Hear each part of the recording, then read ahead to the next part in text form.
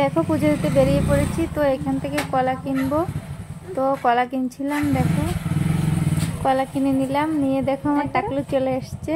তো এবার দেখো বেরিয়ে পড়েছি।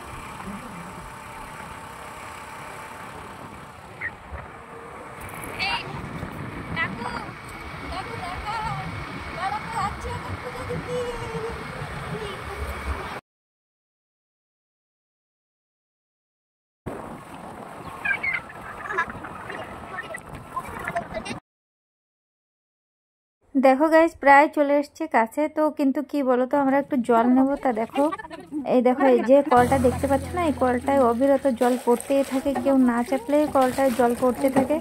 তো সেই কল থেকেই আমরা জলটা নিয়ে নিলাম। তো নেওয়ার পরে দেখো এই যে আবার বেরিয়ে পড়েছি সেদিকে যাওয়ার জন্য। ফাইনালি দেখো ওই যে যে সিঁড়িটা দেখতে পাচ্ছ ওইটাই মন্দির। তো আমরা এখন উঠবো। তো দেখো আমার টাকু বাবা আগে আগে চলছে। ওর না পায়ে কোনো ব্যথাই হয় না, আমার না প্রচন্ড ব্যথা হচ্ছিল পায়ে। আর কি বলো তো, এই পাথরগুলো বেরিয়ে বেরিয়ে গিয়েছিল। আর দেখো বর্ষা হয়েছে যেহেতু, সেই জন্য স্লিপ করছিল। তো সেই জন্য ধীরে ধীরে উঠছিলাম। দেখো আমার টাকু আগে আগে দৌড়ে দৌড়ে যাচ্ছে। ছোট বাচ্চা তো, ওর কোনো অসুবিধাই হচ্ছিল না। ফাইনালি দেখো বাবার মাথায় জল দিচ্ছি। কি প্রথমে বলো তো, এই ঘরটাতে জল দেওয়া হয় যেহেতু জলটা সারাদিন পড়তে থাকে বাবার মাথায়। তো তারপরে এই দেখো দুধ দিচ্ছিল। আজ হলো শ্রাবণ মাসের ৩য় সোমবার। কি বলতো, আমার পতিদেব তো গেছে অন্য একদিকে কাউড়ি নিয়ে জল ঢালতে।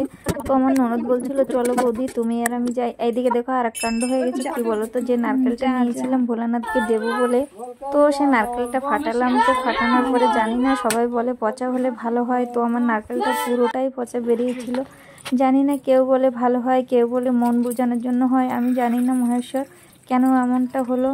তো আমি দিলাম পুজো। তারপরে দেখো কয়েকজন কাউড়িওয়ালারা কাউড়িতে করে জল এনেছিল, তারাও ঢালছিল জল মহাদেবের মাথায়। ঠাকুর যেন সবার মনস্কামনা পূর্ণ হয়, আমি তাই চাই। সবাই যেন ভালো থাকুন, সুস্থ থাকুন।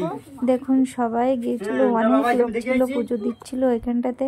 খুব আনন্দ হচ্ছিল, ভীষণ ভালো লাগছিল। আমি ভাবছিলাম উঠতে পারবো তো অতটা সিঁড়ি, কিন্তু কোনো কষ্টই হয়নি, উঠতে পেরেছিলাম। তো দেখো এখন ফাইনালি পুজো দেওয়া হয়ে গেছে। তো একটু সেলফি টেলফি নিলাম, ফটো টটো তুললাম। তো দেখুন আমার আগে আগে নেমে যাচ্ছে টাকুর সঙ্গে। দেখো আমি ফাইনালি নেমে আসছি। তো আজকের ভিডিওটা কেমন লেগেছে সবাই কমেন্ট করে বলবে। সবাইকে টাটা।